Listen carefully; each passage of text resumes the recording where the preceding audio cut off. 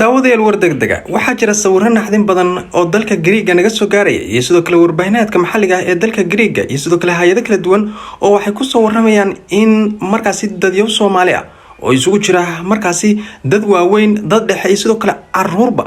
ay ku go'doonsan yihiin ay naftooda halis ugu jirto jasiiradda lagu magacaabo Lesbos taas oo markaasi sheegaysa inay ka soo gudbeen dhankaasi Turkiga ay ka soo baxeen dhankaasi Turkiga soona gaareen Greega ayna ka baqayaan dawladda dalka Greega inay u celiso dhankaasi Turkiga haddaba muuqaal naxdin badan oo ka diyaariyay halkan ka daawo maxaad ka ogtahay muuqaalada naxdinta badan iyo sidoo kale sawirrada ay warbaahinta dalka Greega gaar ahaan kuwa maxalliga ah ay ka qorayaan dad Soomaaliyeed oo baahi iyo haraad ugu dhimanaya jasiiradda Lesbos warbaahinta maxalliga ah ee Greega ayaa qoraysa dad Soomaali ah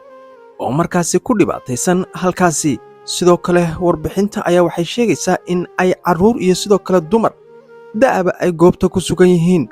walow xilligan oo ay tahay xilli kulayla ay dadku markaasi marka ay oomaan ama saharaadaan xaaladoodu noqonayso mid qiran ah arrintan ayaa waxay salka ku haysaa ka gadaal kadib markii dadkani ay ka soo baxeen dalka Turkiga oo laga yaabo inaysan wax sharciya ku hayn taas oo ay doonayaan inay dhankaasi Greega ay magangelyo ka doontaan haddaba muuqaaladan iyo sidoo kale sawirradan oo warbaahinno kala duwan aan ka soo xignay ayaa waxay tibaaxayaan in dadkani ilaa hadda ay u baahan yihiin gurmad degdega walow hay'ado fara badan ay arrintani ka soo jawaabeen baaqooda balse waxaa macquul ah haddii arrintan si dhaba ay dawladda dalka Greega iyo sidoo kale hay'adaha dhankaasi Greega ka howlgala ay xoogga saaraan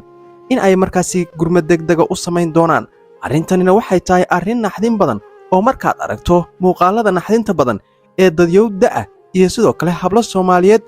oo markaasi ku dhibaataysan buuro aysan weligood aysan arag ama se aysan maqal waana arrin naxdin badan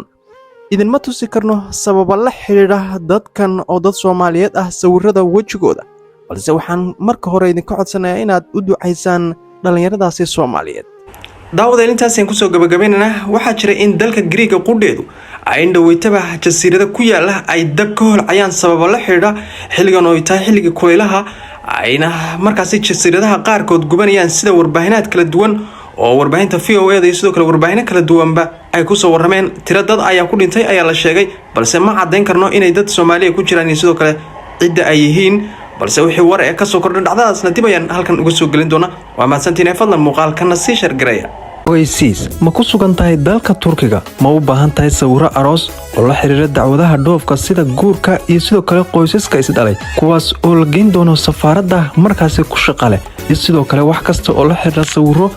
photographer oo shakhsiyadeed iyo kuwa aroos muuqaalo qurxoon laguna duubi doono guud ahaan Turkiga si gaar ah magaalooyinka Ankara iyo Istanbul haddii magaalo kale aad joogtana waa lagu qaban doonaa hawshaasi jaalayaal anigoo Cabdulla Nadaara ah ayaa sawirradaasi idinka qaadi doona annagoo markaasi awood u leh inaan si professional ah iyo sidoo kale sawirro qurxoon muuqaalo qurxoon oo aroosba idinka qaadno wixii faahfaahinta dheer fadlan waxaad nagala soo xiriiri kartaan lambarkan idiin sheegi doono oo ah eber 553 haddii aan mar kale kugu celiyo waa eber 553